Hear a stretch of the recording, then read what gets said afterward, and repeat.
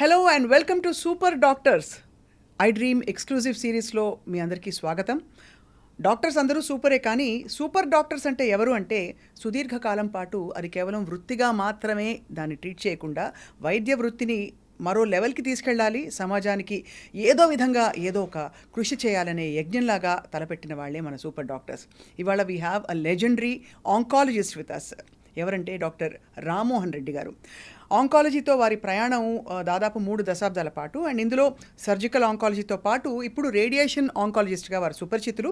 And అత్యధిక breast cancer స్క్రీనింగ్లు చేసినందుకు గాను గిన్నెస్ రికార్డ్ నెలకొల్పిన ఘనులు డాక్టర్ రామ్మోహన్ రెడ్డి గారు. వారి ప్రయాణం క్యాన్సర్ లాంటి మహమ్మారిని జయించడం ఎలాగా, హోప్ ఉందా, మరి సంఖ్యలు పెరుగుతున్నాయి, ఏం చేయాలి, లైఫ్ స్టైల్ ఎలా మార్చుకోవాలి అన్నీ తెలుసుకుందాం. సార్ స్వాగతం, నమస్కారం. నమస్తే అమ్మా. స్వప్న గారు, సార్ మీ ఇంటర్వ్యూలో రెగ్యులర్గా చూస్తుంటాను. సార్ మీరు you have special I on health care. చాలా సంతోషం. మీలాంటి వాళ్ళ అవేర్నెస్ చాలా ముఖ్యం.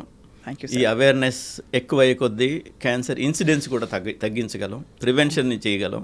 అందువల్ల చాలా సంతోషం. ఈ సూపర్ డాక్టర్స్ కార్యక్రమానికి నన్ను పిలవడానికి చాలా సంతోషపడుతున్నాను. సార్ చాలా ఆశ్చర్యకరమైన విషయం ఏంటంటే మీరు నిత్యం ఒక చాలా మహమ్మారి లాంటి రోగంతో డీల్ చేస్తున్నారు. అంటే దాదాపు రోజు ఒక శత్రువుతో పోరాడినట్టే. సో మీ ప్రయాణం ఎలా ఉంది సార్? 30 సంవత్సరాల మీ లైఫ్లో ఏం నేర్చుకున్నారు మీరు? What have you learned? Journey గురించి చెప్పాలంటే, ఈ క్యాన్సర్ వైద్యం చేసేటప్పుడు యాజ్ ఎ జూనియర్ ప్రాక్టీషనర్గా మొదలుపెట్టినప్పుడు అందరి బాధలు ఓ 50%, ఒక 25% ఇంటికి తీసుకెళ్లేవాళ్ళం. మాకు కూడా దిగాలుగానే ఉండేది. యాజ్ ఐ స్టార్టెడ్ ట్రీట్ చేస్తూ ఉండగా ఎంతమందిని ఉపశమనం కలిగగలుగుతున్నాం, ఎంతమందికి క్యూర్ చేయగలుగుతున్నాం.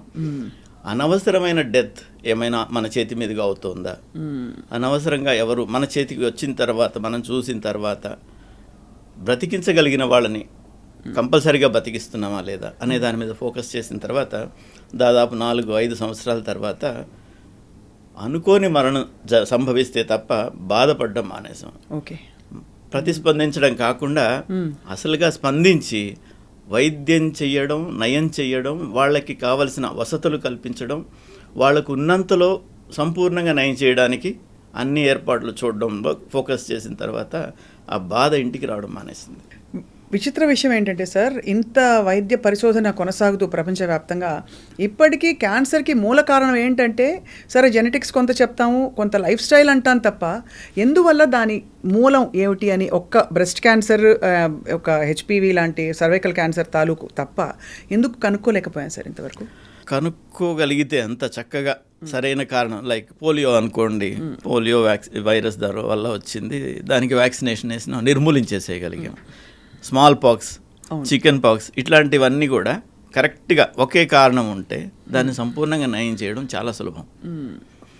క్యాన్సర్ బై డెఫినేషన్, క్యాన్సర్ గురించి నిర్వచనంలోనే ఏముందంటే, క్యాన్సర్ ఒక వ్యాధి కాదు, ఒక వ్యాధుల సమూహం. ఒక వయసులో రాదు. కడుపులో ఉన్న గర్భస్థ శిశువు దగ్గర నుంచి కాటికి కాళ్ళు చాపిన పెద్దవారి వరకు ఎవరికైనా రావచ్చు. అండ్ అన్ని టిష్యూస్, 3 రకాల టిష్యూస్ ఉంటాయి బాడీలో. ఎపిథీలియల్ టిష్యూ అని, ఎండోథీలియల్ టిష్యూ అని, కనెక్టివ్ టిష్యూ అని. వాటిలోంచి సబ్ డివిజన్స్, రకరకాల టిష్యూస్ ఉంటాయి. ఏ టిష్యూలో నుంచి అయినా రావచ్చు. రైట్. ఏ ఏజ్ అయినా రావచ్చు, ఏ టిష్యూ అయినా రావచ్చు, అండ్ ఏ శరీర భాగంలో అయినా రావచ్చు. రైట్. శరీరానికి సంపూర్ణంగా కప్పిపెట్టిన స్కిన్ మీద కూడా చాలా ఎక్కువ. అదృష్టవశాత్తు మనం ఇండియాలో ఉన్నాం కనుక స్కిన్ క్యాన్సర్స్ మనకు తక్కువ. మెలనిన్ ఎక్కువ ఉంటుంది కాబట్టి మన స్కిన్లో. అవును. మిగతా ఈ తెల్లవాళ్ళు నివసించే ప్రాంతాల్లో అంతా skin cancer has become one of the very common cancers. So మనకు అది లేదు. సో ఈ క్యాన్సర్ అనేది ఒక దగ్గర డిఫైన్ చేయలేం కాబట్టి, ఒక ప్రాంతంలోనే వస్తుంది అని చెప్పలేం కాబట్టి, ఒక టిష్యూ అనే చెప్పలేం కాబట్టి, ఒక సిమ్టమ్ ఉంటే క్యాన్సర్ అని చెప్పరాదు. కానీ సో ఒక గ్రూప్ ఆఫ్ సిమ్టమ్స్ గురించి చెప్పాలి, రకరకాల జాగ్రత్తల గురించి చెప్పాలి. అప్పుడే ఈ క్యాన్సర్ కావచ్చు అని కనీస అనుమానంతో వైద్యుడి వరకు ఈ అనుమానపడ్డ వాళ్ళు వెళ్ళగలుగుతారు. ఆ తర్వాత డయాగ్నోసిస్ ఈజీ ఉంటుంది. దాదాపు ఈ ఒక్క పార్ట్ చక్కగా మనం చేయగలిగితే దాదాపు ఇప్పుడు వచ్చే క్యాన్సర్స్ని 125% తేగలం, 75% ప్రివెంట్ చేయగలం.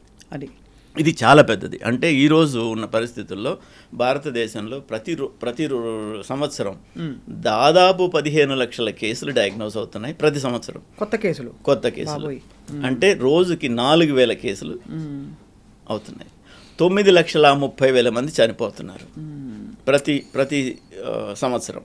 అంటే ప్రతిరోజు 2,500 మంది చనిపోతున్నారు క్యాన్సర్ బారిన పడి 2,500 మంది చనిపోతున్నారు. కేవలం ఒక్క భారతదేశంలోనే మన దేశం వరకే.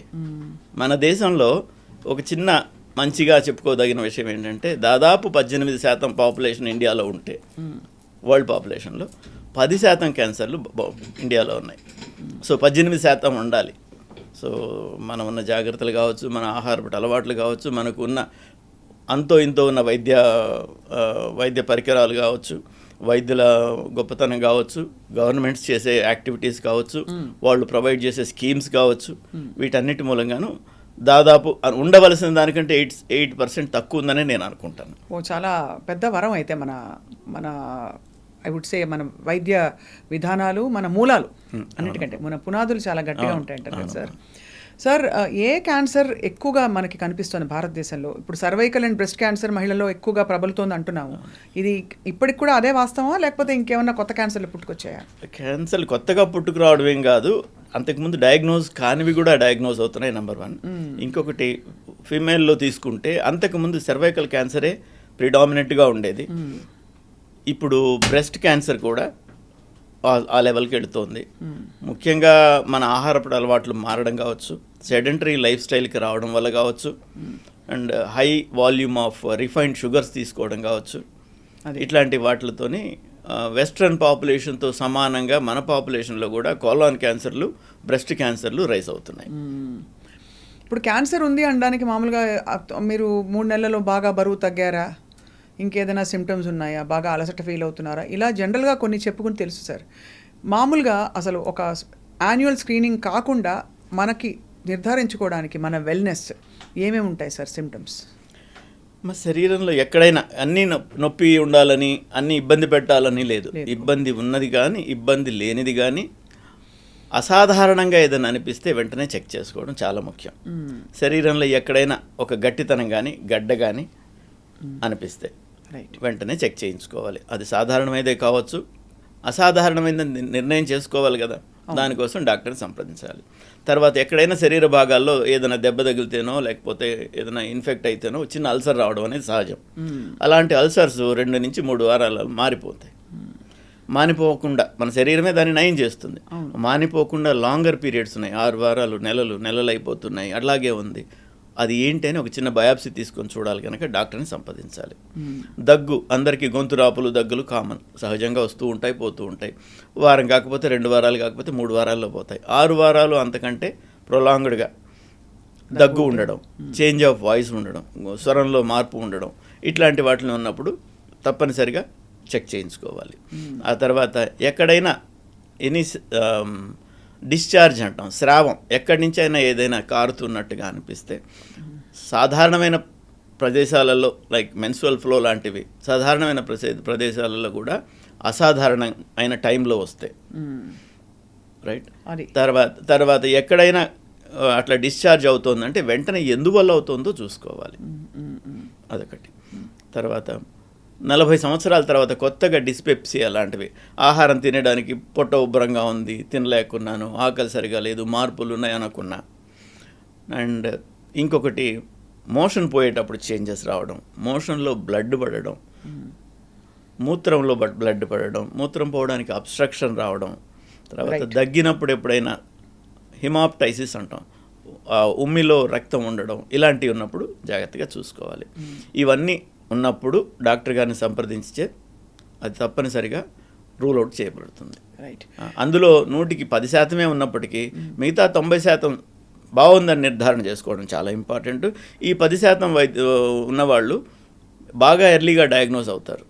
అంత తొందరగా డయాగ్నోసిస్ అయినందువల్ల క్యూర్ ఛాన్సెస్ చాలా ఎక్కువ. క్యాన్సర్ వచ్చిన వాళ్ళలో మన దేశంలో ఇప్పుడు బాగా అయ్యే వాళ్ళు ఎంతమంది ఉన్నారంటే, బాగా అయిందని ఎప్పుడు అంటామంటే 5 సంవత్సరాల కంటే ఎక్కువ వైద్యం తర్వాత బాగుంటే వారు క్యాన్సర్ నయమైంది అని చెప్తాం. వాళ్ళని క్యాన్సర్ సర్వైవర్స్గా తీసుకుంటాం. అవును. మనకు జబ్బును బట్టి, జబ్బు ఉన్న ప్రాంతాన్ని బట్టి, జబ్బు ఉన్న స్టేజ్ని బట్టి ఈ సర్వైవర్స్ 30 నుంచి 80% ఉన్నారు.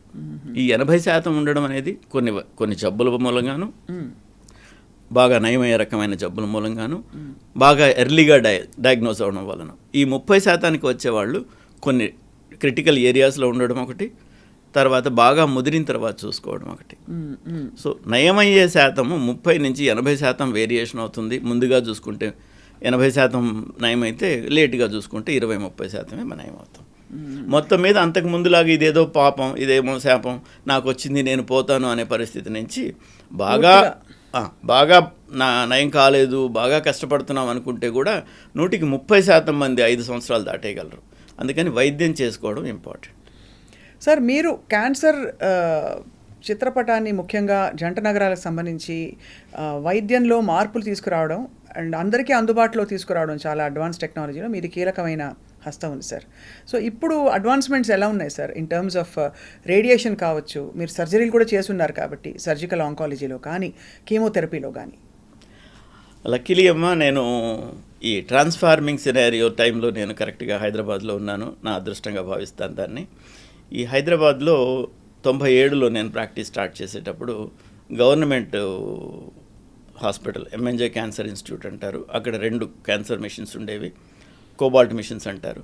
అండ్ ఇంకొకటి బీబీ క్యాన్సర్ హాస్పిటల్ అని ఒక హాస్పిటల్లో ఉండేది, మెడ్విన్ అని ఒక హాస్పిటల్ ఉండేది, అందులో ఒకటి ఉండేది, సిడిఆర్ వాళ్ళది ఒక క్యాన్సర్ సెంటర్ ఉండేది. ఈ 4 సెంటర్లో 4 సెంటర్లు మాత్రమే ఉన్నాయి 2 స్టేట్స్కి కలిపి. అప్పుడు కామన్ ఆంధ్రప్రదేశ్ అంటే ఊర్లో ఎవరికైనా క్యాన్సర్ వచ్చినా, ఎవరికి హైదరాబాద్కి రాకపోతే వైద్యం కాదు, వైద్యమే లేదన్నప్పుడు డయాగ్నోస్ చేయడం కూడా మానేస్తున్నారు ఊర్లలో. ఆ పరిస్థితుల్లో నేను క్యాన్సర్ స్పెషలిస్ట్గా జాయిన్ అయ్యి ప్రాక్టీస్ స్టార్ట్ చేశాను.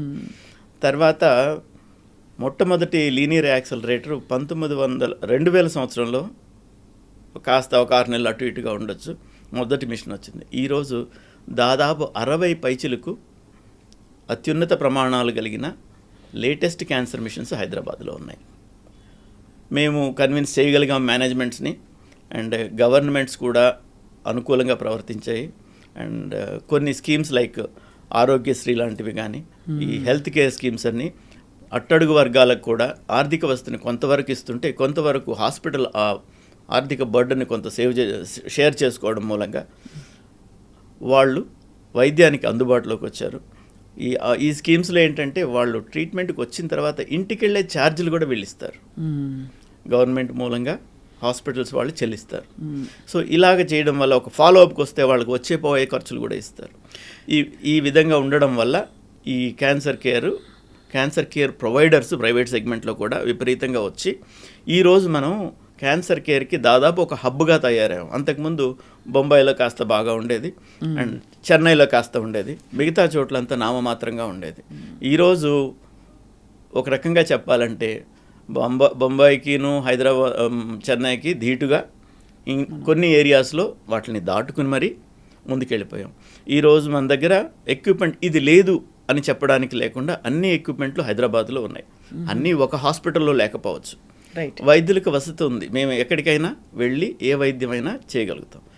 పలానా మిషన్ కావాలంటే పలానా హాస్పిటల్లో ఉందంటే అక్కడికి వెళ్ళి చేస్తాం కనుక హైదరాబాదు ఈ చుట్టుపక్కల వాళ్ళందరికీ ఒక వరం లాంటిది అది. ఇంకొకటి, ఆఫ్రికా ఖండంలో దాదాపు 50 పైచిలకు దేశాలుంటే వాటి నుంచి దాదాపు 30 దేశాల నుంచి Hyderabad is preferred destination. Hyderabad ముఖ్యంగా క్యాన్సర్ కోసం హైదరాబాద్కి పరిగెట్టుకొచ్చేంత ఉన్నత స్థితికి మెడికల్ కేర్ వచ్చింది. అవును సార్, చాలా గొప్ప పరిణామం అది. అంటే చాలామందిని చూస్తూ ఉంటాం, అన్య దేశస్తులు ఇక్కడికి వచ్చి క్యాన్సర్ హాస్పిటల్, ఇక్కడ బసవతారకం కావచ్చు, ఇంకా ఇతర పెద్ద పెద్ద హాస్పిటల్స్ ఒమేగా కావచ్చు, ఇక్కడ చుట్టూ తిరగడం వాళ్ళు వైద్యం కోసం. సార్, ఈ 15 లక్షల మంది కేసులు మీరు చెప్పారు, ఆ 15 లక్షల మంది డెమోగ్రఫిక్స్ అవి స్టడీ చేసి ఉంటారు కదా, అసలు క్యాన్సర్కి వాళ్ళ స్థితిగతులు. ఎందుకంటే ఒకప్పుడు సినిమాల్లో క్యాన్సర్ అంటే గ్లామరస్ వ్యాధి, యాక్చువల్లీ హీరోకి వస్తుంది, హీరో షాల్వా కప్పుకుని అది కూడా ఒక విధమైన దుఃఖంలో కూడా ఒక గ్లామర్ కనిపించేది. అలాంటి క్యాన్సర్ ఇవాళ అట్టడుగు వర్గాల్లో కూడా ఇది ఏదో ధనికుల వ్యాధి కాదు, అందరికీ వస్తుంది అని అనడానికి, మరియు ఇమ్యూనిటీ అండ్ జీవన పరిస్థితులు వాటికి దగ్గర అనుబంధం ఉన్నట్టు మనకు తెలిసిందా? Do we have any data to suggest that? Data అని కాదమ్మా, ఒక యూనిఫైడ్ డేటా లేదు, కానీ దాదాపుగా ఈ డెమోగ్రఫిక్ స్టడీస్ మూలంగా అయితేమి, ఈ రకరకాల కారణం తెలియనందువల్ల మనం చేసే పరిశోధనల మూలంగా అయితేమి, ఇవన్నీ క్యాన్సర్ హేతువులు అని కొన్ని డయాగ్నోస్ అనుకున్నాం. వాటిల్లో ముఖ్యమైనది టొబాకో. దాదాపు 35% జబ్బులు, క్యాన్సర్లు ముఖ్యంగా టోటలీ టొబాకో మూలంగా. ఈ పొగాకుని ఏ విధంగా వాడినా ప్రమాదమే. రైట్. ఈ పొగాకు వాడకపోవడం, అధికంగా ఆల్కహాల్ తీసుకోకపోవడం, ఇవి రెండు చాలా ముఖ్యమైనవి. ఇవి మనం డబ్బిచ్చి జబ్బును కొన్నట్టు. కరెక్ట్, అవును సార్. డబ్బిచ్చి కొనకండి. సో మనకు అట్టడుగు వర్గాల్లో కనిపించే క్యాన్సర్స్ ఎక్కువ మరి పొగాకు రిలేటెడ్ లేదు ఆల్కహాల్ రిలేటెడ్ అని చెప్పచ్చా? ఎందుకంటే మీరు షుగరీ ఫుడ్స్, లైఫ్ స్టైల్, ఇవన్నీ కొంచెం అర్బన్ సెంట్రిక్ ఫినామినా. బట్ రూరల్లో మనకు అంత ఈ మోడర్న్ ఎక్కువ కార్బోహైడ్రేట్స్, షుగర్స్ తినడం లాంటి ఫినామినా ఉండకపోవచ్చు, కష్టపడి పనిచేస్తారు. అయినా రూరల్ స్టేటాలో కూడా మనం క్యాన్సర్ చూస్తున్నాం. ఈ డైకాటమీ ఎలా సార్? దీని మూలంగా ఏంటంటే చెప్పాల్సింది, ఈ వైవిధ్యం ఎందువల్ల ఉంది అంటే, ధనిక వర్గానికి వచ్చే క్యాన్సర్లు విడిగా ఉంటే పూర్ పీపుల్కి వచ్చే వ్యాధులు విడిగా ఉన్నాయి. ఓకే. అప్పుడు వాళ్ళకి అంతకు ముందంతా ఇండియాలో మొత్తం మీద ఇన్ఫెక్షియస్ డిసీజెస్, అంటువ్యాధులు, వీటితోనే ప్రాణాపాయం ఉండేది. ఆ స్టేజ్ దాటేసాం. అవన్నీ నయం చేస్తున్నాం. ప్రపంచానికే వైద్యాన్ని అందించే స్టేజ్కి మనం వచ్చాం. ప్రపంచం మొత్తానికి వ్యాక్సిన్లు సప్లై చేసే స్టేజ్కి మనం వచ్చాం. అవన్నీ తగ్గినందువల్ల ఏమైందంటే మిగతావి cardiac problems, cancer related problems ఎక్కువగా కనిపిస్తున్నాయి. అదొకటి. అండ్ ఏజ్ రిలేటెడ్ ప్రాబ్లం అని కూడా ఒక రకంగా చెప్పవచ్చు. అంటే ఏజ్ పెరిగే కొద్దీ క్యాన్సర్ ఇన్సిడెన్స్ పెరుగుతూనే ఉంటుంది. పెరుగుతూనే ఉంటుంది. అంచేత పుట్టినప్పుడు 9% మందికి నిర్ధారణ అయిపోయినట్టే క్యాన్సర్ వస్తుందని. పుట్టిన ప్రతి 100 మందిలో 9 మందికి క్యాన్సర్ వస్తుంది with age in their life time. ఏదో ఒక స్టేజ్లో 100కి 9 మందికి వస్తుంది. మనకి ఈ రోజు ఉన్న ఇన్సిడెన్స్ల ప్రకారం 9% తక్కువేం కాదు, మనకున్న పాపులేషన్కి చాలా ఎక్కువ వస్తుంది. సో మీరు ఆహారం గురించి మనం మాట్లాడుకున్నాం. సో వాళ్ళకు ఉండే జబ్బులు వేరే, వీళ్ళకు ఉండే జబ్బులు వేరే. ఆహారం చేసుకోవాలి. ఎక్సర్సైజ్, వాళ్ళు బై డిఫాల్ట్ ఎక్సర్సైజ్ చేస్తారు, బావిలో నీళ్లు చేస్తారు, పొలం పనులు చేసుకుంటారు, అన్నీ చేసుకుంటారు. సో దానికి రిలేటెడ్ వాళ్ళకి రావు. వాళ్ళ ఆహార పదార్థాల్లో సరిపోయేంత రోయేజ్ అంటే డైటరీ ఫైబర్ ఉంటుంది. డైటరీ ఫైబర్ ఉంటుంది కనుక కోలానిక్ క్యాన్సర్స్ వాళ్ళకు ఉండవు. బ్రెస్ట్ క్యాన్సర్స్ తక్కువ, శ్రమపడి పని చేసుకుంటారు కనుక బ్రెస్ట్ క్యాన్సర్స్ తక్కువ. అన్హైజీనిక్గా ఉండడం ఇట్లాంటి మూలంగా సర్వైకల్ క్యాన్సర్స్ కొంచెం ఎక్కువ. అది టొబాకో యూజ్ చేయడం వల్ల టొబాకో రిలేటెడ్ క్యాన్సర్స్ ఎక్కువ. లంగ్ ఓరల్ క్యాన్సర్స్ ఎక్కువ. అయితే అది అంటే క్యాన్సర్ మొత్తం మీద క్యాన్సర్ ఇన్సిడెన్స్ మార్పు లేదు, కానీ వ్యాధుల డిస్ట్రిబ్యూషన్ మారుతుంది. ఓకే. కానీ స్టేట్ మీరు చెప్పినట్టు సార్, వచ్చిన వాళ్ళకి డబ్బులు ఇచ్చి కూడా పంపించడం అన్నది ఒక నాన్ కమ్యూనికబుల్ డిసీజ్కి ఇలాగా ఇన్వెస్ట్ చేయడం గొప్ప విషయమే. ఎందుకంటే కమ్యూనికబుల్ డిసీజెస్ అందరికీ వచ్చేస్తుంది, వాళ్ళ తలకాయ నొప్పి స్టేట్ కని ఆలోచించడం వేరు. కానీ దీన్ని ఇంత ముందుకు తీసుకెళ్లడంలో మీలాంటి వాళ్ళు ముందుండడం సార్ చాలా మేలు చేసింది. ఈ విషయంలో ఒక డాక్టర్, ఒక ముఖ్యమంత్రి అయితే మనసు 10 నిమిషాలు దాని మీద పెడితే ఎంత సాధించవచ్చు అనే దానికి రాజశేఖర్ రెడ్డి గారు మహోన్నతమైన వ్యక్తి. వారు ఎగ్జాంపుల్ అమ్మా. వారు గనక ఈ ప్రాజెక్ట్ చేసి ఉండకపోతే, రాజీవ్ ఆరోగ్యశ్రీ అనే ప్రాజెక్ట్ చేశారు. ఈరోజు ఆ ప్రాజెక్ట్ని వరల్డ్ వైడ్ స్టడీ చేస్తున్నారు. నేషనల్ వైడ్ కూడా కొంచెం రూపాంతరం చెందించి మోడీ గారు కూడా మంచి యాక్టివిటీ తీసుకుని ఎక్కువ మనీని అలొకేట్ చేస్తూ క్యాన్సర్ నిర్మూలించాలని వారు కూడా కంకణం కట్టుకున్నారు.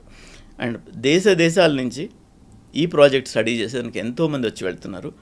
In some form or the other వెళ్తున్నారు. ఇంకొక ముఖ్యమైన విషయం ఏంటంటే, గవర్నమెంట్ ₹1 ఖర్చు చేస్తే లెక్కల ప్రకారం ఎంత ఉందో నాకు తెలియదు, కానీ నా ఉద్దేశం 25 పైసలు ఎండ్ యూజర్కి చేరుతుంది. This is one project. ఇందులో 95 పైసలు చివరి ఎవరు వాడుకుంటారో వాళ్ళకి చేరుతుంది. 5 పైసలు మాత్రమే ఈ దారి ఖర్చులు అవుతుంది. ఎవరు ఎక్కడ ఒక్క పైసా ఇది చేయడానికి లేదు. అనెథికల్గా చేయడానికి కానీ, మోసం చేయడానికి కానీ అవకాశాలు బాగా అరుదు. దాని సూపర్వైజింగ్ సిస్టమ్ కూడా అంత బాగుంది. ఇలాంటి హెల్త్ సిస్టమ్స్ కానీ స్టార్ట్ అయితే అన్ని స్టేట్స్లో అయితే ఈ ఇన్సిడెన్స్ని తగ్గించవచ్చు. ఇంకొక బాధాకరమైన విషయం, దాన్ని జాగ్రత్త చేసుకోవాల్సిన విషయం ఏంటంటే, వైద్యం చేయడానికి ఉన్న ఉబలాటం డాక్టర్కి కానీ, పొలిటీషియన్స్కి కానీ, ప్రైవేట్ హాస్పిటల్స్కి కానీ, గవర్నమెంట్ హాస్పిటల్స్కి కానీ వైద్యం చేయడానికి ఉన్నంత ఉబలాటం వైద్యానికి పేషెంట్ రాకుండా చేయాలి, జబ్బు రాకుండా చేయాలి అనే దాని మీద లేదు. ఒకవేళ దాని మీద ఫోకస్ చేస్తే ఇప్పుడు మనం ఖర్చు చేస్తున్నంతలో 4వ వంతు ఖర్చు చేస్తే కూడా ఈ ఇన్సిడెన్స్ ఆఫ్ 4,000 క్యాన్సర్లు ప్రతి సంవత్సరం వస్తున్నాయి అంటున్నాను కదా, ప్రతిరోజు 4,000 క్యాన్సర్లు వస్తున్నాయి. దాన్ని 1000కి తీసుకెళ్ళగలం.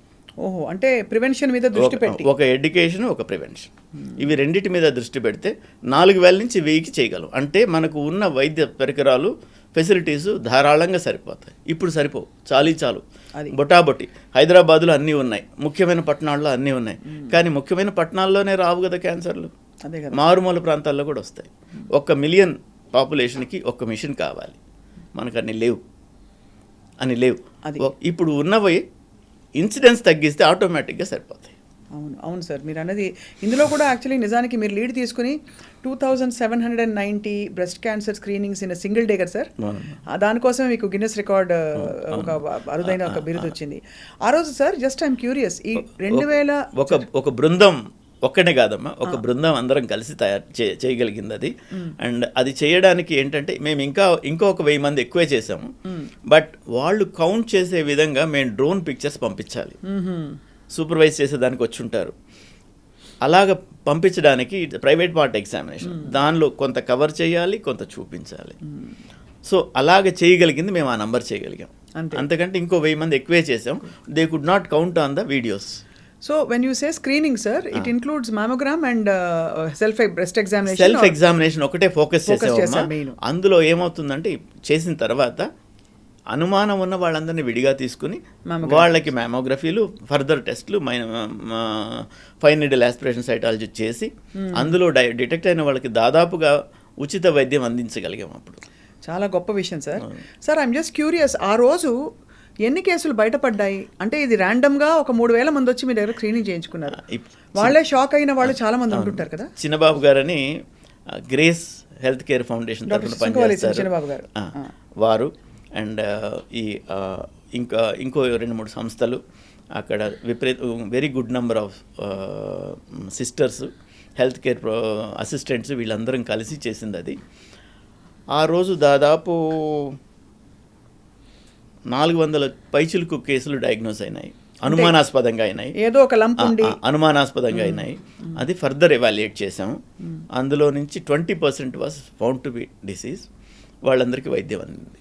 ఏదో విధంగా పెట్టుకోగలిగిన వాళ్ళకి పెట్టుకునే విధంగా చేస్తే, పెట్టుకోలేని వాళ్ళకి కూడా ఏదో ఒక ఏర్పాటు చేసి, మాకు వైద్యం చేయించుకుని నయమైన వాళ్ళు కొంతమంది, ఎవరైనా క్యూరబుల్ క్యాన్సర్స్ వస్తే మేము సహాయం చేస్తామని చెప్పిన వాళ్ళు బృందాలుగా ఉంటారు. రైట్, వాళ్ళని మేము సంప్రదించి వీరికి బాగైపోతుందండి, వీరికి మీరు వైద్యం అందజేయండి అంటే వాళ్ళు చేస్తారు. సో ఆ విధంగా చేస్తుంటాం. చాలామందికి పెద్ద షాక్ కదా సార్. ఇప్పుడు వాళ్ళు పేదవాళ్ళైనా ధనికులైనా నాకు వచ్చిందా అంటారు, నాకు రాదని అనుకుంటారు ప్రతి వాళ్ళు. సో మీకు క్యాన్సర్ అని చెప్పే ఆ విషయం చాలా కష్టతరం కదా సార్ మీకు కూడా? కొంచెం ఇబ్బందికరమే. ఓరే పీరియడ్ అలవాటు అవుతుంది, ఎలాగ చెప్పాలి, ఎవరికి చెప్పాలి, ఎలా వెళ్ళాలి. మామూలుగా అయితే మనకు చిన్న అడ్వాంటేజ్ ఉంది మన దేశంలో. అక్కడ బయట కంట్రీస్లో అంతా పేషెంట్తో డైరెక్ట్గా మాట్లాడాలి. పేషెంట్కి చెప్పిన తర్వాత పేషెంట్ పర్మిషన్తో ఎవరికి చెప్పాలో నిర్ధారణ చేస్తాం. మనకేంటంటే పేషెంట్ తరఫున డాక్టర్లు కొంత ముందడుగు వేసి వాళ్ళ తరఫున కొంతవరకు ఆలోచన చేసి ఎవరికి ముందు చెప్పాలో నిర్ణయం చేసే అధికారం ఉంది. ఓహో, పేషెంట్ ఉన్నారు అంటే మెడికల్ ఎథిక్స్ ప్రకారం కూడా యూ కెన్ డూ దట్. మాకు అధికారం ఉన్నట్టే, వారికే చెప్పాలి, ప్రైవసీ ఉంటుంది. బట్ వారిని తీసుకొచ్చే వాళ్ళు పక్కనే ఉంటారు కదా మాకు వైద్యం చేయించేటప్పుడు, వాళ్ళకి చెప్పకూడదని మాకు రూల్ లేదు కదా. సో మేము వీళ్ళని బయట కూర్చోబెట్టి వివరంగా చెప్తాం, ఇలా ఉంది. వారికి చెప్పకుండా కాదు, వాళ్ళకి మెల్లగా చెప్దాం. మీన్ వైల్ ఫర్దర్ ఇన్వెస్టిగేషన్స్ చేస్తాం. 2 సార్లు 3 సార్లు క్యాన్సర్ హాస్పిటల్ చుట్టూ తెలిస్తే వాళ్ళకి అనుమానంగానే ఉంటుంది. అప్పుడు చెప్తాం, ఇలా ఉంటుందమ్మా, ఇలా బాగా తగ్గుతుంది, ఇది తగ్గుతుంది, ఇలా ఉంటుంది, ఇలా చేస్తామని చెప్తాం. వాళ్ళకి అప్పటికి అర్థం చేసుకునే ఓపిక శక్తి వస్తాయి. కొన్ని ఇన్సిడెంట్స్లు ఉన్నాయి, క్యాన్సర్ అని డయాగ్నోస్ చేయగానే ఎక్కడి నుంచో దూకి చనిపోవడాలు కూడా చూసాం. మీరు చూసారా సార్ మీ కెరియర్లో? సో చూసాను. హైదరాబాద్లో కూడా ఒక సంఘటన జరిగింది. నా మిత్రురాలు, నా సహ విద్యార్థి అమెరికాలో జీవిస్తూ అడ్వాన్స్డ్గా డయాగ్నోస్ అయిందని ఒక ఫ్రోజన్, ఆల్మోస్ట్ ఫ్రీజింగ్ టెంపరేచర్స్లో ఉండే రివర్లోకి కార్ డ్రైవ్ చేసుకుని చనిపోయింది. That is the time when I started thinking, being more passionate towards curing. That's so disturbing sir. అవునమ్మా. ఎందుకు సార్ అంత అంత ఎందుకు గుండె జారిపోతుంది? అంటే డాక్- అమ్మో ఇది నేను పడలేనా? అదే కాదమ్మా, జబ్బుకి నువ్వు డాక్టర్వా పేషెంట్వా తెలియదు. రైట్. నేను డాక్టర్నని నేను నిర్లక్ష్యం చేస్తే ఎలాగా? బాడీ మాట్లాడుతుంది, బాడీ చెప్తుంది ఇబ్బంది ఉంది, ఇక్కడ నొప్పిగా ఉంది, ఇక్కడ గడ్డగా ఉంది, ఇక్కడ తేడాగా ఉంది అని చెప్పినప్పుడు మనం దాని మాట విని ఎందుకుంది, నాకెందుకుంది, ఎలా ఉంది అని ఏంటని సంప్రదించాలి. నేను డాక్టర్నే అనుకుంటే నువ్వు డాక్టర్ అయితే దానికేం తెలుసు, డాక్టర్ అయితే దానికేంటి, కాకపోతే దానికేంటి. సో ఆవిడ నిర్లక్ష్యం చేశారా సార్ కొంత సిమ్టమ్స్ అనే అనుకోవాలమ్మా. ఆ కాలంలో నాకు టచ్లో లేరు వారు. నేను విన్నదాన్ని బట్టి అడ్వాన్స్డ్ డయాగ్నోసిస్ అయినందువల్ల ఇంకా ఇలాగే ఉంటుంది కదా అనుకున్నారు. అండ్ మనకులాగా ఒక రకమైన మానసికమైన సహాయం కానీ ఒకళ్ళ మీద ఒకళ్ళు డిపెండ్ అయ్యి ఆధారపడేందుకు కానీ ఇక్కడ అవకాశం అక్కడ బయట కంట్రీస్లో ఉండదు. వారు, వారి భర్త, లేకపోతే వాళ్ళ పిల్లలు, అంతకుమించి వాళ్ళకి ఏ విధమైన సహాయం అందదు. భారం కాకూడదని కూడా చాలా మంది ఇలాంటి అన్నీ ఉంటాయి కదమ్మా. ఇప్పుడు ఒకళ్ళుగా ఆలోచన చేసినప్పుడు ఇప్పుడు ఒక కిలో బరువు తీసుకోండి, చేతిలో పట్టుకోండి, కిలో బరువే సహాయం, దానికి ఏం అక్కర్లేదు. సాయంత్రం దాకా పట్టుకుంటే తెలుస్తుంది, అదే ఒక టన్ అవుతుంది. సో వాళ్ళు ఒక్కళ్ళే ఉన్నప్పుడు ఇలాంటి జబ్బు గురించి వాళ్ళు అలా ఆలోచన చేస్తారు. చాలా ప్రచండ వేగంతో దాన్ని పెద్ద చేసేసుకుంటారు, విపరీతమైన ఎక్కువగా ఊహించేసుకుంటారు. అందులో ముఖ్యంగా డాక్టర్ కనుక ఏముంటాయి ఎలా ఉంటాయని తెలుసు కాబట్టి వాటిని అన్నీ మ్యాగ్నిఫై చేస్తారు. ఇప్పుడు మనకు మనం వైద్యం చేసే మందుల్లో వాంతులు నరికొట్టేదానికి మందు ఉంటుంది, దాని మీద సైడ్ ఎఫెక్ట్లలో వాంతి రావడం కూడా రాసి ఉంటుంది. అది రైట్. సో సైడ్ ఎఫెక్ట్స్ ఎప్పుడో ఏదో వచ్చేదాని గురించి ముందుగా తీసుకోవడం కరెక్ట్ కాదు. మీరు అన్నీ చెప్తూనే ఉంటారు, ప్రివెంట్ అవ్వాలి, చూపించుకోవాలి, అన్నీ చెప్తూనే ఉంటారు, మీడియాలో మేము చెప్తుంటాము. అయినా ఇంకా స్టేజ్ 4 వచ్చేవాళ్ళు కామన్గా ఉన్నారు, స్టేజ్ 3 వచ్చేవాళ్ళు కామన్గా ఉన్నారు. 97తో పోల్చుకుంటే 1997తో పోల్చుకుంటే ఇప్పుడు స్టేజ్ 4లు 3లు బాగా తగ్గాయి. అంతకుముందు ఎవరైనా ఎక్కడైనా బయట ప్రయాణంలోనో ఎక్కడో దగ్గర ఎవరైనా తారసపడి నమస్కారం డాక్టర్ గారు అంటే వాళ్ళు ఏం చెప్తారో వార్తని భయపడేవాళ్ళం. ఏ 6 నెలలకో 3 నెలలకో చనిపోయారు, వచ్చి తిడతాడా, ఏమంటాడు, ఏమైందో వాళ్ళ పేషెంట్కి, ఇలాంటివి ఉండేది. ఇప్పుడు అలా కాదు, సర్వైవర్స్ చాలా ఎక్కువ ఉన్నారు. నేను చెప్పాను ఇందాక మీకు ఇన్సిడెంట్స్ అప్పుడు చెప్పాను, 4,000 ప్రతి సంవత్సరం డయాగ్నోజ్ అయితే 2,500 మంది చనిపోతున్నారంటే 1,500 మంది బతికుంటున్నారు, 1,500 మంది లాంగ్ పీరియడ్ ఉంటున్నారు. వాళ్ళందరూ కూడా ఫర్ ఎగ్జాంపుల్ నా దగ్గర ఉన్న పేషెంట్స్లోనే తీసుకుంటే పసి బిడ్డలతో వచ్చి ఈ బిడ్డలు ఎలాగా అనుకున్న వాళ్ళందరూ వాళ్ళకి పెళ్ళిళ్ళు అయ్యేంత వరకు జీవించారు, ఇంకా కూడా జీవిస్తున్నారు. కొంతమంది ఆ తర్వాత చనిపోయినప్పటికీ వాళ్ళ ఫ్యామిలీకి వాళ్ళు చేయాల్సిన పనులన్నీ సంపూర్ణంగా చేసుకుని పోతున్నారు. ఇందులో మేము ఉన్నందుకు మేము సంతోషపడతాం. ఖచ్చితంగా సార్, డెత్ ఇస్ ఇన్ఎవిటబుల్. మనం అంటే వ్యాధి వచ్చినా రాకపోయినా ఏదో టైంలో వెళ్ళిపోవాలి. కానీ మీరు అన్నట్టు బాధ్యతలు సంపూర్ణంగా మనం వచ్చిన పర్పస్ నెరవేరిన తర్వాత అకాల మరణానికి దూరం చేయగలిగితే అంతకంటే అదొక విజయమే ఒక విధంగా చూసుకుంటే. సార్ మీరు అత్యంత ఘనతగా చెప్పుకునే ఒక కేసు మాతో పంచుకోండి సార్. ఎలా అయితే ఇప్పుడు మీరు మీ మిత్రులను చెప్పారు, ఆయన జీవించే ఉన్నారు కనుక ఆయన పేరు చెప్పనండి. పర్లేదు సార్, దగ్గర మిత్రుడు, విషయం చెప్పండి అంతే. దగ్గర మిత్రుడు, ఒక పేరున్న ఒక వైద్య హాస్పిటల్కి వెళ్ళారు. వారు రొటీన్ స్క్రీనింగ్ చేయించుకున్నారు. దాదాపు తాటికాయ ప్రమాణంలో పొట్టలో ఒక గడ్డ ఉంది. డాక్టర్ గారు అక్కడ చూశారు, స్క్రీనింగ్ చేశారు, రివ్యూ ఆఫ్టర్ 6 months అని రాసి పంపించారు. ఈ రివ్యూ ఆఫ్టర్ 6 months ఎవరు వస్తుందంటే అండి, హెల్త్ స్క్రీనింగ్లని పెట్టిన వాళ్ళందరూ ఏం చేస్తున్నారంటే దాని మీద మానసికంగా ఫోకస్ లేకపోవడం వల్ల దాన్ని వివరంగా పట్టించుకోవట్లేదు. అదేదో ఒక ఇన్కమ్ సోర్స్ లాగా చూస్తున్నారు. నువ్వు చేసావు, అన్ని ఇన్వెస్టిగేషన్స్ చేసావు, అయిన తర్వాత you should read it properly. తాటికాయ అంత గడ్డ ఉంటే 8 ఇంచులు, తాటికాయ అంటే 7 నుంచి 8 ఇంచుల సైజు ఉన్న గడ్డ పొట్టలో ఉంటే ఫాలోఅప్కి రమ్మని రాశారు అదే హాస్పిటల్లో. ఎందువల్ల అంటే ఒక వయసైన జూనియర్ డాక్టర్ని పెడతారు. వయసైన జూనియర్ డాక్టర్ నోట్ చేసుకోండి అమ్మా. ఎంబీబీఎస్ డాక్టర్లలో పోస్ట్ గ్రాడ్యుయేషన్కి వెళ్ళిపోయే వాళ్ళం చాలామంది ఉంటాం. అవును, కొంతమంది అక్కడ ఆగిపోతాం. వాళ్ళల్లో సీనియర్స్ని చూసుకుని వీళ్ళు బాగా చూస్తారు అనే ఉద్దేశంతో హాస్పిటల్ నియమిస్తుంది. వాళ్ళు బాగా చూడకపోవచ్చు, వాళ్ళు చదువుకుని వదిలేసిన దగ్గర ఆగిపోయి ఉండొచ్చు.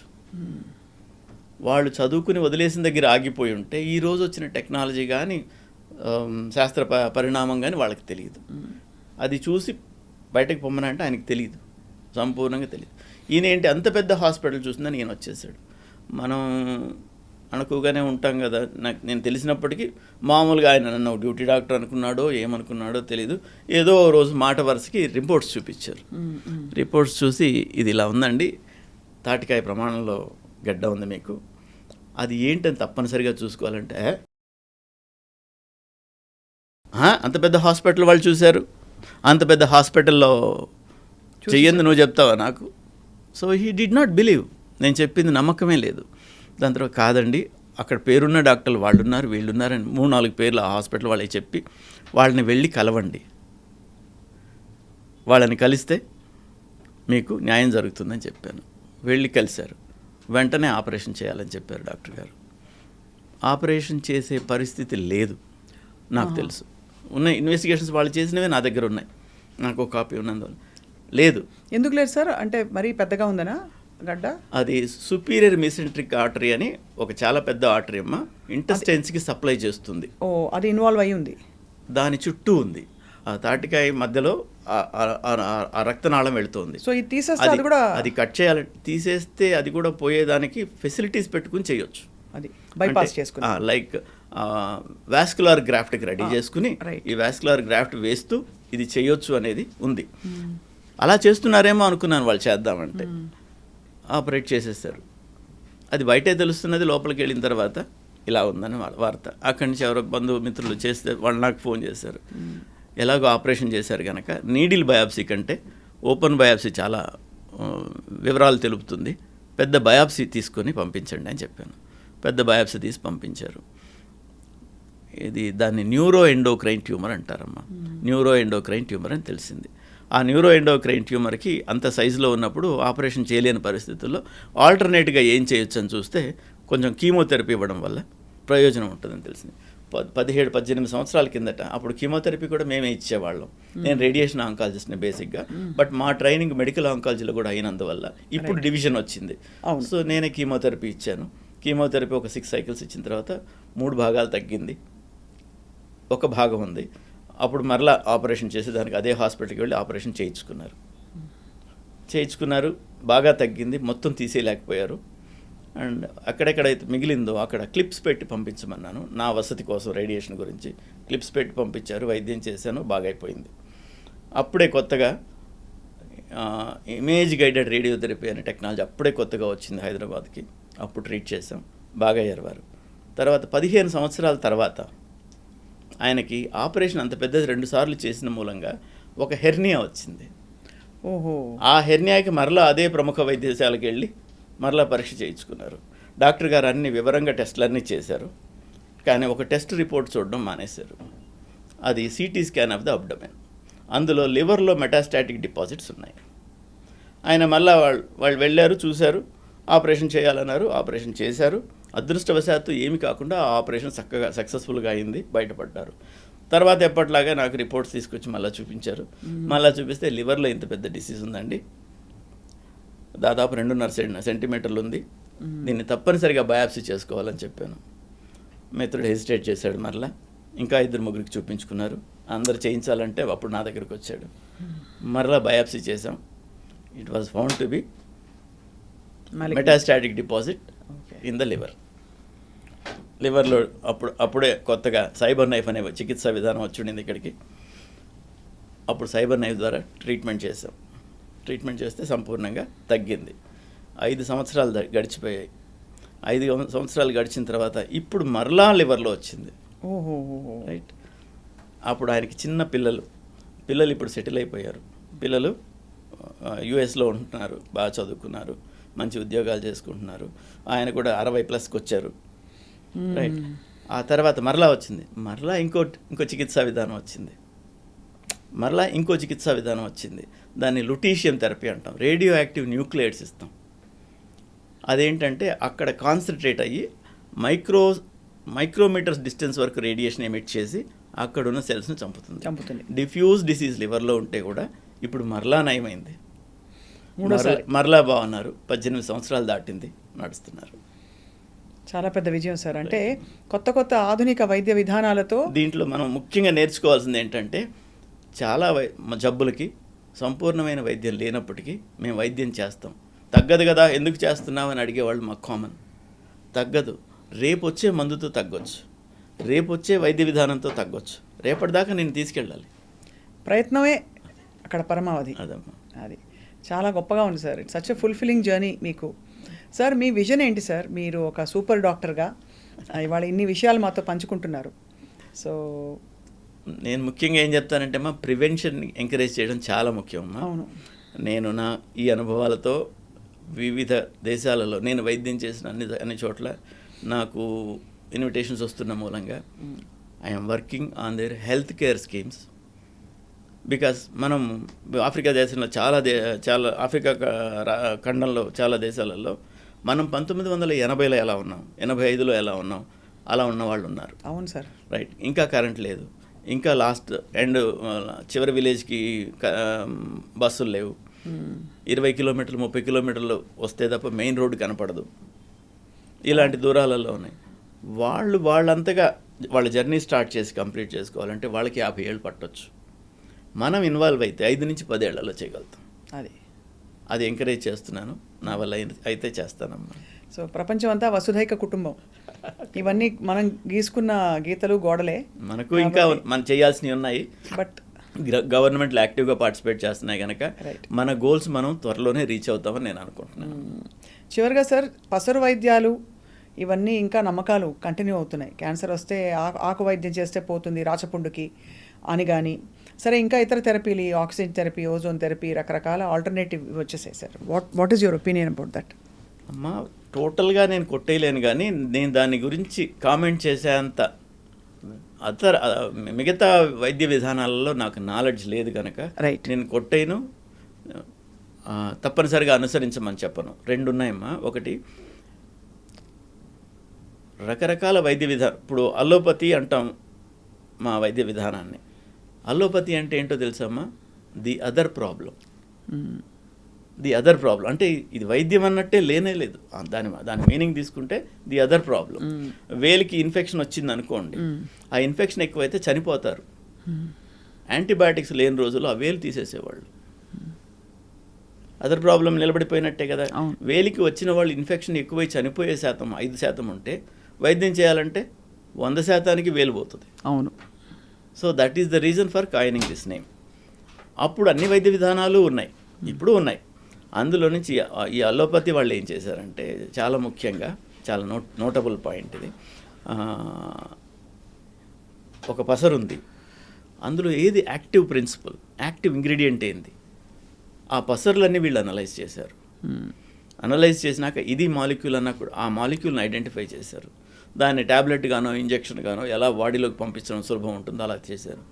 దాన్ని 100 మందిలో పరిశోధనలాగా చేశారు. 100 మందికి పలానా జబ్బున వాళ్ళకి ఇది ఇచ్చారు, వాళ్ళలో ఎలా ఉంది. మిగతా అందరూ ఒప్పుకోరు కదా, మిగతా 100 మంది వైద్యం తీసుకోలేదు, వాళ్ళు ఎలా ఉన్నారు. కంపారిటివ్ స్టడీ చేసినందువల్ల ఇందులో బాగా అవుతుంది అనుకున్నప్పుడు ఇది బాగుంది, దీన్ని ఫర్దర్ ఎంత డోస్ ఇవ్వాలి, ఇలాంటివన్నీ పరీక్షలు యానిమల్స్లో వాటిలో అంతా చేసి కరెక్ట్గా అల్లోపతి వైద్యం అబ్జర్వ్ చేసుకుంటుంది. ఇలా ఎన్నో మందులు ఆయుర్వేదం నుంచి అలోపతిలో ఉన్నాయి. సో అలాగ అన్ని సిస్టమ్స్ నుంచి కూడా ఉండొచ్చు. నాకు ఆయుర్వేదం ఇక్కడ జరిగేది మనం చూస్తున్నాం కనుక కొన్ని చెప్పగలుగుతున్నాను. మిగతా అన్ని వైద్య విధానాల నుంచి అంతో ఎంతో వస్తుంది. రైట్. ఇవన్నీ తీసుకుని ఎదుగుతూ వెళ్తోంది ఇది. ఈ ఆయుర్వేదం వీటికి వచ్చేటప్పటికి ఏమవుతుందంటే, ఆయుర్వేదం గురు శిష్య పరంపర. శిష్యుడు దాని గురించి శ్రద్ధ లేకపోతే పోతుంది. అవును. ఫ్యామిలీలో వస్తుంది, కుటుంబంలో తండ్రి గారు చేశారు, నువ్వు చేసింది నేను చేయనానా అని వెళ్ళిపోయి కొడుకుంటాడు. ప్రతి వాళ్ళకి వాళ్ళు సంపూర్ణంగా నేర్పించాలని లేదు, వాళ్ళు నేర్పించినా వీళ్ళు నేర్చుకోవాలని లేదు. అలాగ అవన్నీ క్షీణించిపోతున్నాయి. మిగతా వైద్య విధానాలు క్షీణిస్తుంటే ఇవి బలపడుతున్నాయి. అండ్ ఇంకొకటి, వైద్యంలో ముఖ్యంగా ఇది వైద్య విధానం అని చెప్పాలంటే మనం కంట్రోల్డ్ స్టడీస్ చేసి నిర్ధారణ చేసి ఉండాలి. Clinical trials. ఈ నిర్ధారణని రిప్రొడ్యూసబుల్గా ఉండాలి. మరలా మీరు వైద్యం చేస్తే కూడా ఈ ఆ కండిషన్లో అదే ఫలితం రాబట్టగలగాలి. అప్పుడు దాన్ని శాస్త్రీయ వైద్య విధానంగా అంటాం. సో ఇప్పుడు ఎవిడెన్స్ బేస్డ్ మెడిసిన్ అంటాం. ఆ ఎవిడెన్స్ బేస్డ్గా చేయగలిగినప్పుడు అది అల్లోపతి అవుతుంది. అవును. అన్ని పతులు ఒక పతి అయిపోతున్నాయి కనుక ఇది విపరీతంగా పెరుగుతుంది. ఒక లైఫ్ టైం సరిపోదమ్మా అల్లోపతి ఒక్కటి నేర్చుకోవడానికి. మరి ఇవన్నీ ఎక్కడ నేర్చుకుంటాం? చాలా అంటే నొప్పింపక తానవ్వక అన్నట్టుగా మీరు అసలు ఎక్కడా కూడా వేరే ఇతర వైద్య విధానాల్ని విమర్శించకుండా చాలా సముచితంగా చెప్పారు డాక్టర్ రామ్మోహన్ నేను రెడ్డి కొన్ని చెప్తాను వినండి. భారతదేశంలో విషపూరితమైన పాములు 5%, 95% విషం లేని పాములు. పాము కాటికి చనిపోయే వాళ్ళు చాలా ఎక్కువ శాతం. 5% పాములు అయితే పాము కాటులలో 5% చనిపోవాలి కదా. భయం, పాము కాటేసిందని ఒక్క నిజమే చాలు వాళ్ళకి చంపడానికి. సో వాళ్ళందరూ ఊర్లో ఉన్న వైద్యుడికి మంత్రగాడి దగ్గరికే వెళ్తారు. వాళ్ళందరికీ ఆయన మంత్రం వేస్తాడు, వైద్యం ఇస్తాడు, తీర్థం ఇస్తాడు, ఏదో చేస్తాడు. రైట్, 95 మందికి నయం అవుతుంది. వాళ్ళకి ఆ నమ్మకంతోనే 95 మందికి నయం అవుతుంది. ఈ 5% చనిపోతారు. దీనిలో ఇంకో ప్రాబ్లం ఈ అలోపతి వాళ్ళకి ఇంకోటి ఏంటంటే ఈ 5% హాస్పిటల్కి వస్తారు. ఈ 5%లో 90% చనిపోతారు. బికాజ్ అక్కడ టైం డిలే అయ్యింది. అది ఈ పాము కాటు గురించే చెప్పాలంటే కూడా ఈ స్నేక్ వీనం దొరుకుతుంది.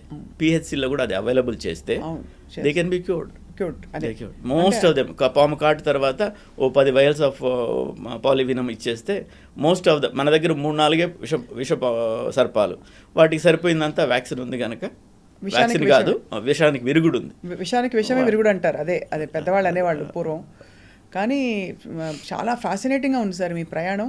అండ్ మీ ప్యాషన్ అయితే it really makes you a super doctor. Because ఏదో సాధించాలే చాలేదు అని అనుకుని ఏదో స్టేజ్లో అందరూ మీరు ఇంకా ఇతర దేశాలకు వెళ్ళి మనం వైద్య విధానాల్ని ప్రవేశపెట్టి వాళ్ళందరికీ అందుబాటులోకి తీసుకురావాలనే మీ సంకల్పం తప్పకుండా నెరవేరాలి సార్. మీ యజ్ఞంలో ఎక్కడో అక్కడ మీ అందరం భాగం అవుతామని ఆశిస్తున్నాం. థ్యాంక్ యూ మా. ఈ అవేర్నెస్లో మీరు అందరూ పార్టిసిపేట్ ఆల్రెడీ చేస్తున్నారు. ఇంకా కూడా లైక్ నేనేమంటానంటే ఈ క్యాన్సర్ కీమోథెరపీలు ఇస్తాం, సైడ్ ఎఫెక్ట్స్ వస్తాయి. ఎఫెక్ట్స్ వదిలేసి సైడ్ ఎఫెక్ట్స్ని హైలైట్ చేస్తున్నారు. అది మానేయాలి. అవును, ఎఫెక్ట్స్ని హైలైట్ చేయండి. సైడ్ ఎఫెక్ట్స్ ఎలాగ వస్తాయి? వాళ్ళకి వచ్చే వరం జీవితం.